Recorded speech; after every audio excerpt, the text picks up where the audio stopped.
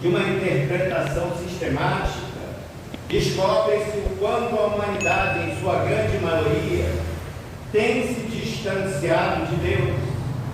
Aliás, a humanidade nunca esteve perto de Deus, para ser mais correto.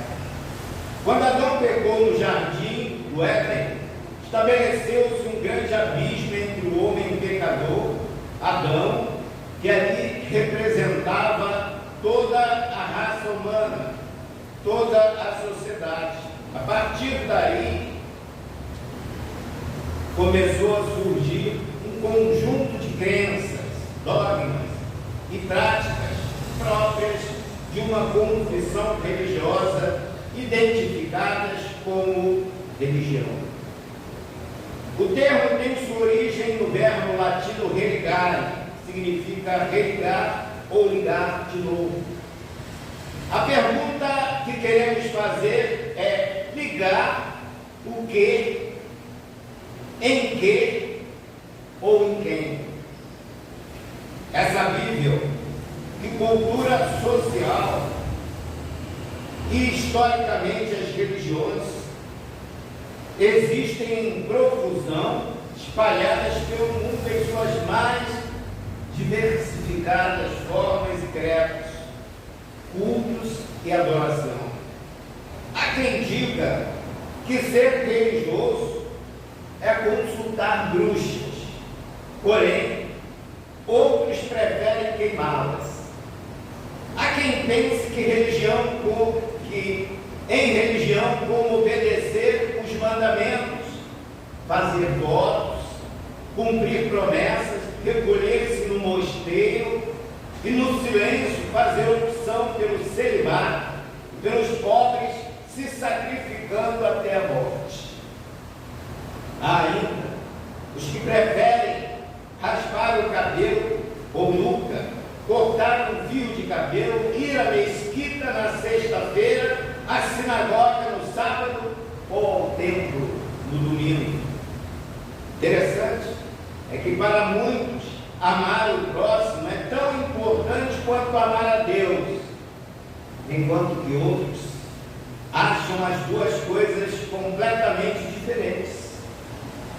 Que se pode matar o próximo em nome de Deus, quando Deus nunca determinou que se fizesse tal coisa, pelo contrário, condenou. Um grande comunista disse que a religião é o ópio do povo. Na verdade, a religião é vício e traz um grande malefício à humanidade.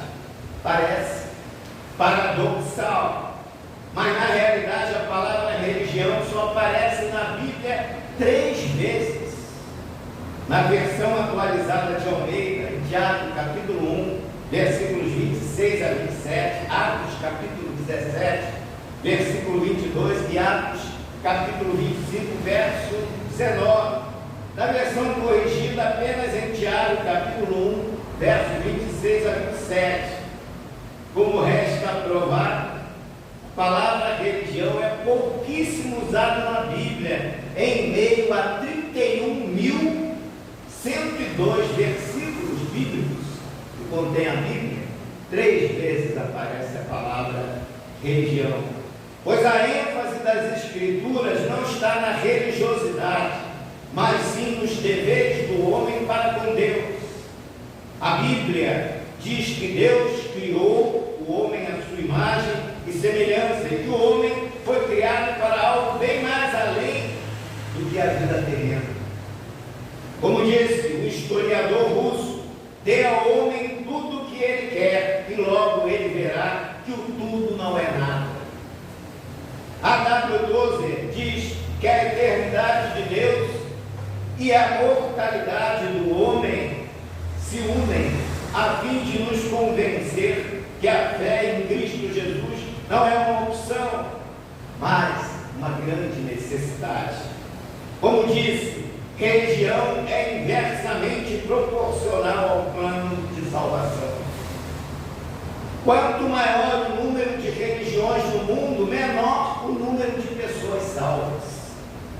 Jesus nunca disse que a salvação ocorre por si Nem os profetas falaram, nem os apóstolos. Deus falou através do profeta Isaías: eu sou o Senhor, e fora de mim não há Salvador. Isaías capítulo 43, versículo 11. O apóstolo Paulo disse: o que salva a humanidade não é a religião, mas sim o Evangelho. Porque não me envergonho do Evangelho de Cristo, pois é o poder de Deus para a salvação de todo aquele que crê. Romanos capítulo 1, versículo 16. De todas as religiões que há no mundo, apenas 3 são monoteístas, ou seja, elas ensinam a crença num único Deus: judaísmo, cristianismo e islamismo. A religião do Islã é a que mais cresce no mundo. Islã vem do verbo árabe, Islã, que significa submeter, e muçulmano vem do árabe muslim, que quer dizer submisso. O islamismo começou no ano 622 depois de Cristo, quando Maomé se tornou chefe religioso e político da primeira comunidade muçulmana. Por conquista e proselitismo, expandiu-se rapidamente pelo mundo inteiro. O islamismo entrou no Brasil na época colonial através de escravos africanos. No início do século XX, houve um fluxo de imigrantes sírios, libaneses e árabes, muçulmanos. A maioria deles fixou residência nos grandes centros industriais. Hoje, há mesquitas em todas as grandes capitais dos estados. E em algumas cidades do interior. Maomé, seu principal líder, nasceu em Meca, Arábia, em 570 depois de Cristo. Descendente de Abraão pela linha de Ismael, cedo ficou órfão de seus pais, sendo criado por familiares. Passou um tempo no deserto com os beduínos e teve uma ama de leite entre eles. Jovem, trabalhou como pastor de ovelhas, depois viajou muito como comerciante, conhecendo judeus e cristãos. Com 25 anos conheceu Khadija, viúva rica, que o convidou a casar-se com ela. Assim ele se tornou rico e ganhou influência na sociedade. Tinha um costume de retirar-se para lugares solitários para jejuar e meditar. Certo dia, num retiro desses, numa caverna, Maomé disse que o anjo Gabriel veio até ele e o mandou recitar versos mandados por Deus. Esse foi o começo do Alcorão, que quer dizer a recitação. Irmãos, vejam a origem de uma religião que cresce assustadoramente no mundo, baseada numa fictícia revelação de um anjo a um líder que entendeu tratar-se da revelação direta de Deus. Após vários conflitos, os árabes aceitaram a nova religião, que lhes dava uma união política e cultural que nunca antes experimentaram. Muçulmanos afirmam que as escrituras da Bíblia são corrompidas, precisando ser restauradas pelas revelações de Maomé. Suas principais doutrinas são sobre Deus: não há outro Deus além de Alá, e Maomé é o seu mensageiro. Sobre Jesus: foi profeta como antes dele haviam sido Davi, Jacó, Moisés, Isaac, Ismael e Abraão. Jesus para eles não é Deus, e sim um profeta como outro qualquer. Foi filho de Maria, não filho de Deus, pois Deus não tem filhos. Alcorão, Surata 10. Não morreu na cruz, quem ali morreu foi outro, que só parecia ser ele. Surata, ou capítulo 4 do Alcorão. Sobre a oração, 5 vezes por dia o muçulmano deve recitar as orações prescritas em árabe, prostrado e olhando para a Meca. Ao alvorecer, depois do meio-dia, entre o meio-dia e o pôr do sol, logo após o pôr do sol e aproximadamente 1 hora após o pôr do sol. O jejum deles durante o mês de Ramadã, todo muçulmano deve abster-se da comida, da bebida, do fumo e de relações sexuais desde o amanhecer até o pôr do sol. Sobre a esmola, cada muçulmano deve calcular anualmente a sua esmola que em geral corresponde a 2,5% dos seus vencimentos, é destinado aos pobres. Estes que recebem não precisam contribuir. O Hajj, a peregrinação à Meca, todos os muçulmanos com capacidade financeira e saúde devem, pelo menos uma vez na vida, fazer uma peregrinação à cidade de Meca no 10º mês do calendário muçulmano.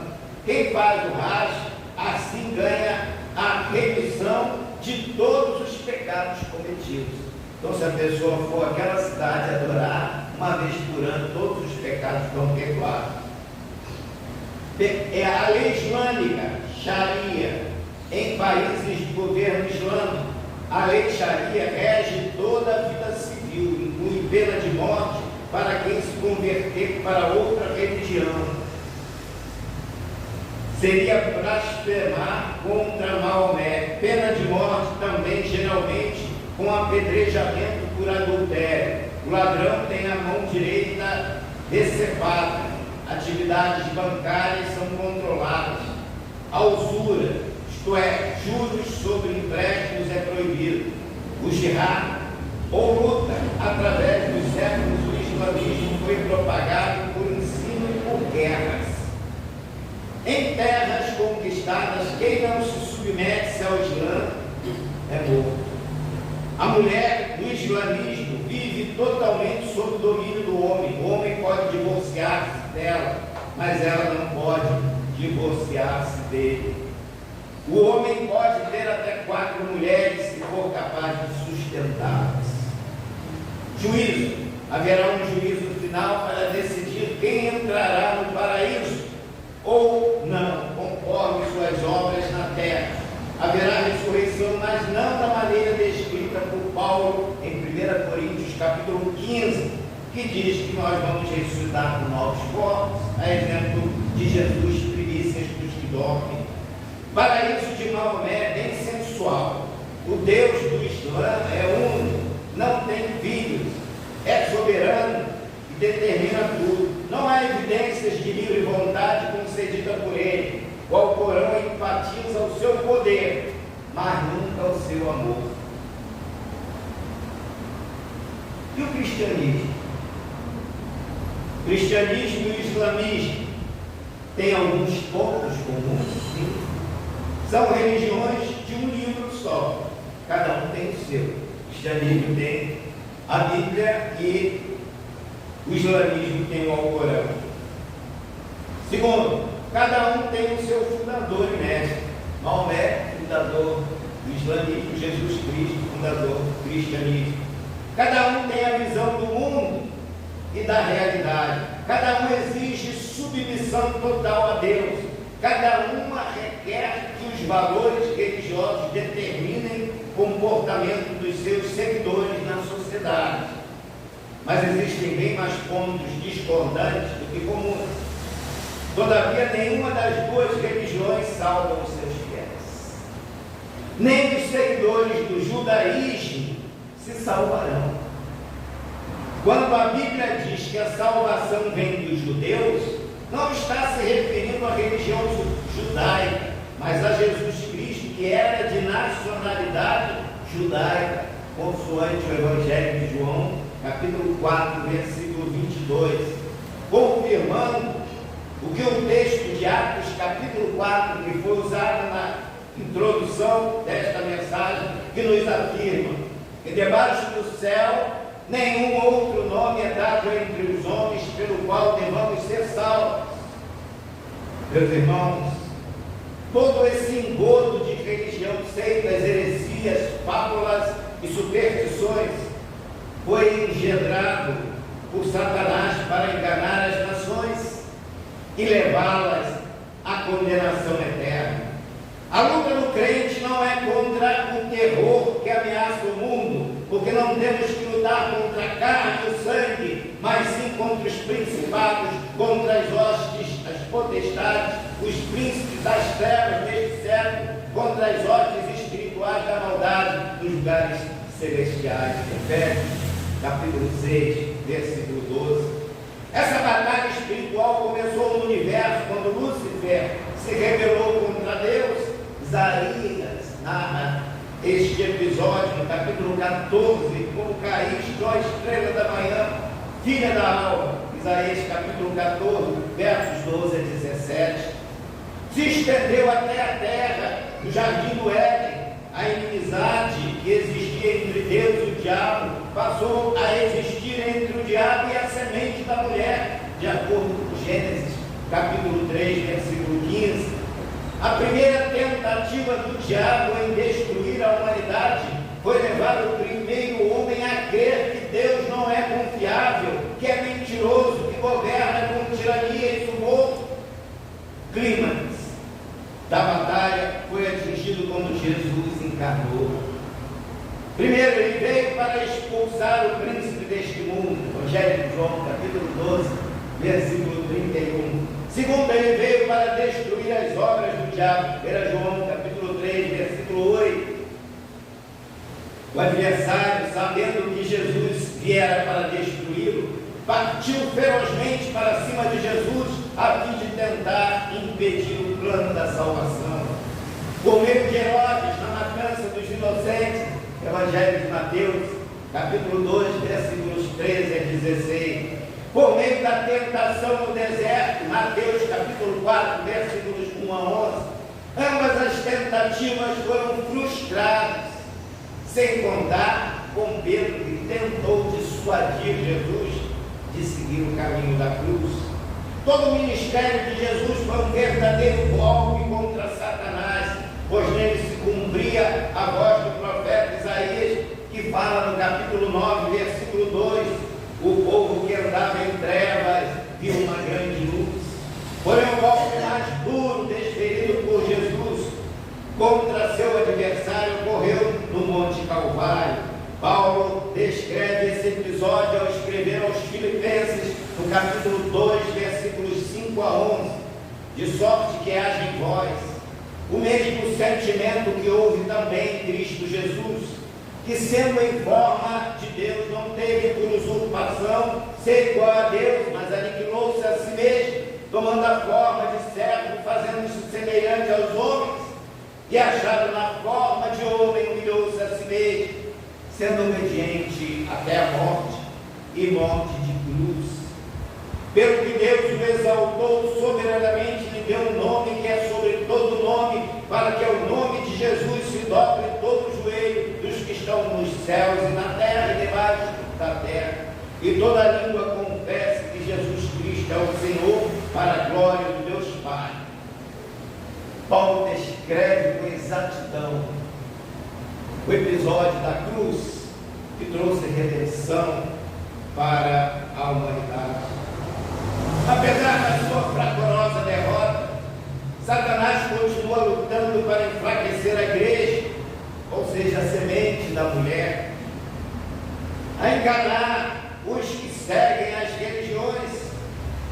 A Bíblia diz que Satanás e os demônios estão soltos e ativos, habitando as regiões celestiais. Efésios capítulo 6, versículo 11 a 12. De acordo com a descrição de Jó, vivem a rodear a terra e a passear por ela. Pedro diz que ele, Satanás, anda em nosso redor, tramando comunhão, buscando alguém possa tragar. Mas um dia encerrarão suas atividades nefastas. De acordo com o registro de Mateus, capítulo 25, versículo 41, o relato bíblico da cessação de suas atividades está em Apocalipse, capítulo 20, versículo 1 a 12, que fala sobre o milênio. Apocalipse, capítulo 20, 10, fala sobre o juízo final. Mas, infelizmente, enquanto não chega esse dia, ele continua cegando os olhos humanos para as verdades espirituais contidas nos evangelhos, como está escrito em 2 Coríntios, capítulo 4, versículo 4. Ele faz a humanidade acreditar que todas as religiões são boas, que todos os caminhos levam a Deus e aos céus. Ele arrebata a semente da palavra de Deus dos seus ouvintes, como se vê na parábola da semente do semeador, em Mateus capítulo 13, versículo 19, parábola do semeador. Ele provoca a destruição moral, física e espiritual dos homens,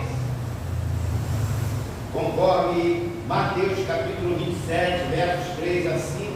Põe o coração do homem no desejo de traição, como ocorreu com Judas, age impulsionando o homem a suicidar-se. O próprio Judas, ele agiu desta forma. O caso do carcereiro de Filipos, tentou se matar, e Paulo disse: não te faças nenhum mal, que todos estamos aqui. Meus irmãos, tenham cuidado. Uma das principais estratégias de Satanás é levar as pessoas a buscar conhecimento sobre ele, fontes espúrias que expressam ideias errôneas a respeito desse personagem. Qual é o livro que vai falar sobre o diabo melhor do que a Bíblia, que é a palavra de Deus? Nenhum compêndio traz tanta informação como a Bíblia. Mas as pessoas buscam informar-se em outras literaturas que foram estimuladas pelo próprio demônio, enganando as pessoas, e elas se afastam cada vez mais da verdade que leva aos céus. Estimula as pessoas a crerem na cultura popular, que o apresenta como um bicho peludo ou um homem com chifre vestido de vermelho, empunhando um tridente. Tenta desviar as pessoas da Bíblia, o livro que traz a revelação completa de Deus sobre salvação e sobre o adversário. Estimula a superstição, a crença sobre a relação de causa e efeito, que não se adequam à lógica formal, são contrários à racionalidade para basearem suas convicções em tradições populares, tais como astrologia, cartomancia, tarô, curandeirismo, magia, espiritismo e religião. O supersticioso acredita em rezas, curas, conjuros, feitiços, maldições, mal-olhado, assombrações e por aí vai. Ele estimula crendices em lendas como Saci Pererê, cura sem cabeça, lobisomem, ou ainda acreditar que gato preto dá azar. Espelho quebrado, 7 anos de má sorte. Guarda-chuva aberto dentro de casa atrai infortúnios. Apontado o dedo para estrelas, nasce verrugas. Orelha quente, vermelha, alguém está falando mal. Pancada na mesa para isolar o mal. Coceira na mão direita é sinal de dinheiro. Irmãos, quantas bobagens são espalhadas por aí na cultura popular, as pessoas acreditam.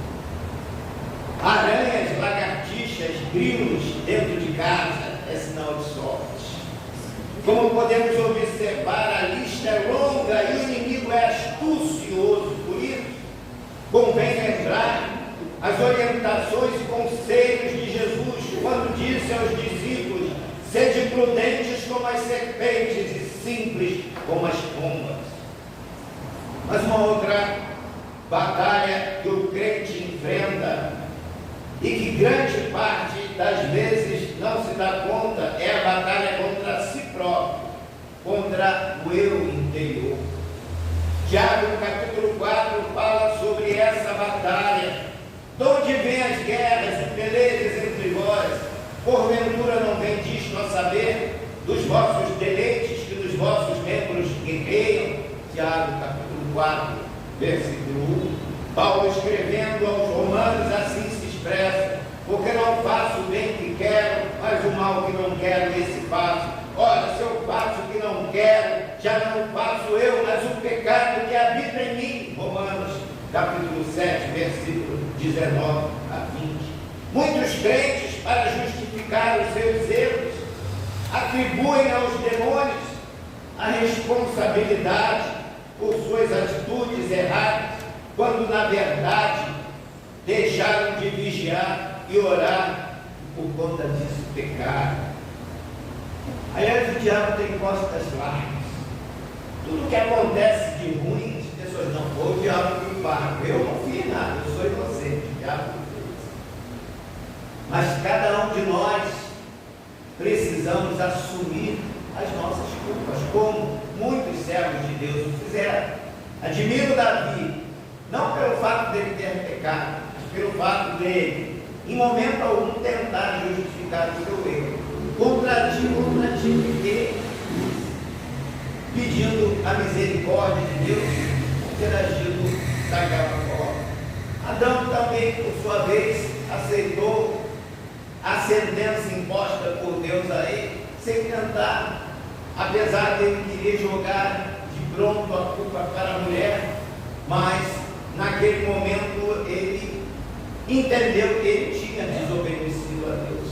Mas é comum ao ser humano sempre tentar arranjar um bode expiatório, um culpado para a atitude que ele tomar. Só que, para Deus, não há excusas. Muita gente diz, eu não vou mais à igreja. Tem tanto crente dando mau testemunho, pastores aí, aos montes, dando mau testemunho, o que eu vou fazer na igreja? Só que a pessoa está apontando o erro para terceiros. E o fato dele não estar olhando para Cristo, para o exemplo de Cristo, que nunca falhou, é a prova cabal de que ele está completamente errado.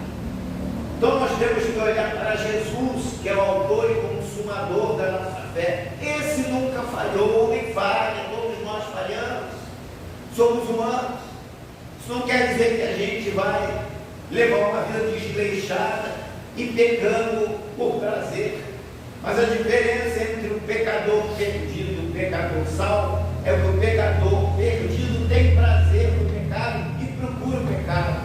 Já o pecador salvo, ele peca, mas ele se sente mal ao pecado, porque o Espírito Santo que está nele o incomoda, e ele se sente angustiado, e por conta disso, ele procura melhorar sua conduta e se afastar do pecado.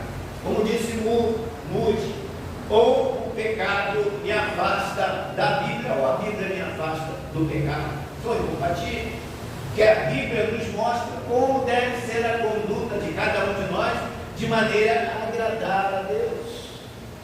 E a fé está em primeiro lugar, porque sem fé é impossível agradar a Deus. Pela fé é que nós entendemos que os mundos existem, foram criados por Deus, que espera de cada um de nós uma postura de crença, fé genuína em Cristo e obediência à sua palavra, para podermos desfrutar das benesses por ele prometido. Não é uma religião, é o Evangelho, é a palavra de Deus, é o poder de Deus. Jesus não mandou ninguém pregar religião.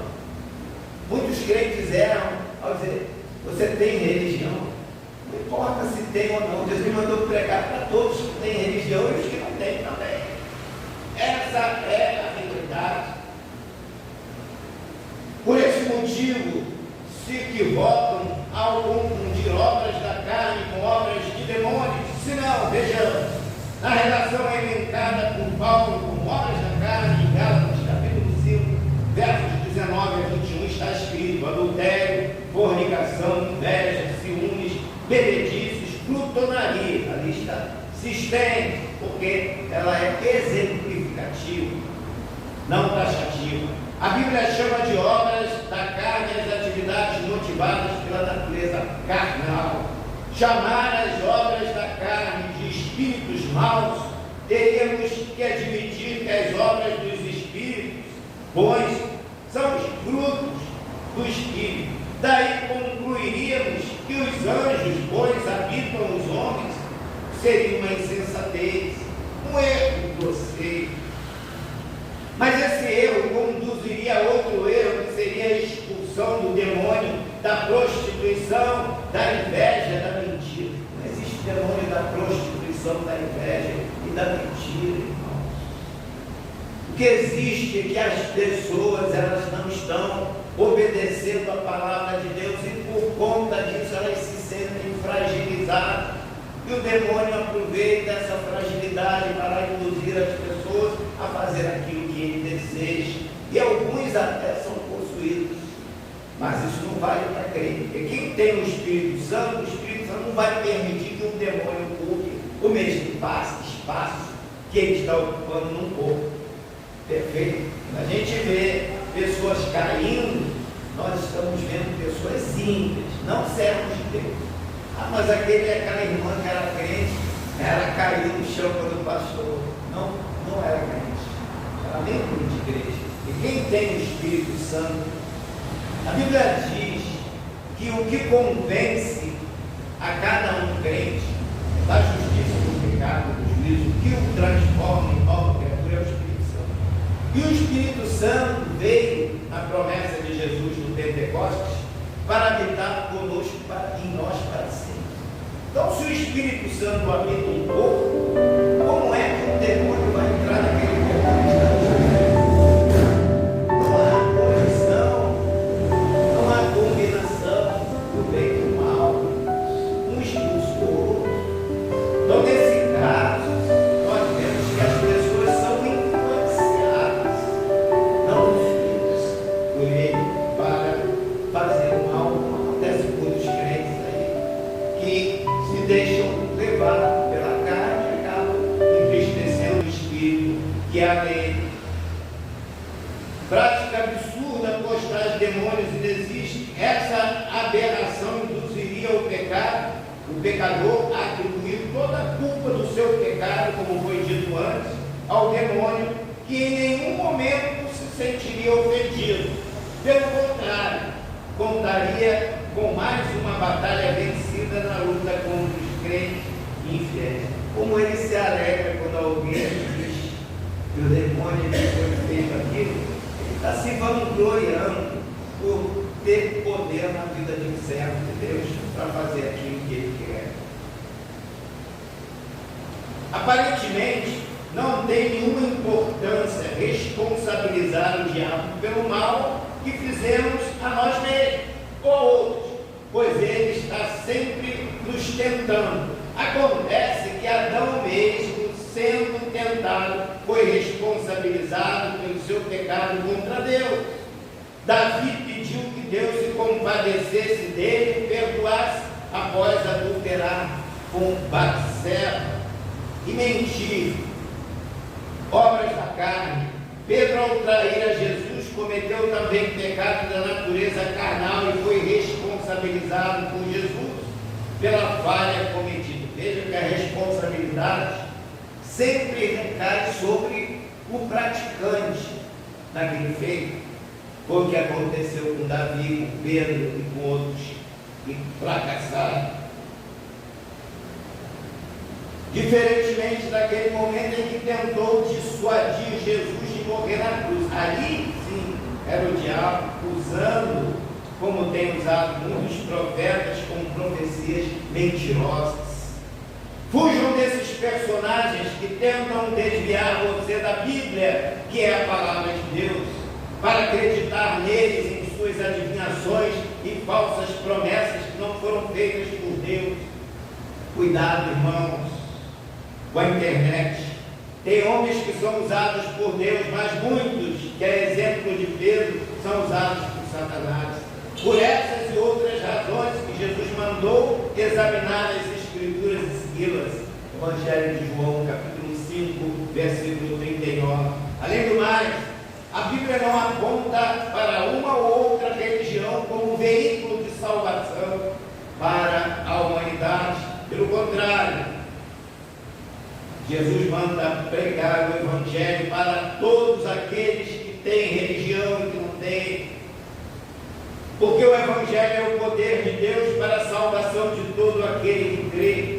Isso mostra que, por mais religiosa que a pessoa seja em sua religião ou credo, essa pessoa irá para o inferno se não aceitar a Jesus Cristo como Salvador e Senhor da sua vida. Porque está escrito: em nenhum outro há salvação, porque também debaixo do céu nenhum outro nome há dado entre os homens pelo qual devamos ser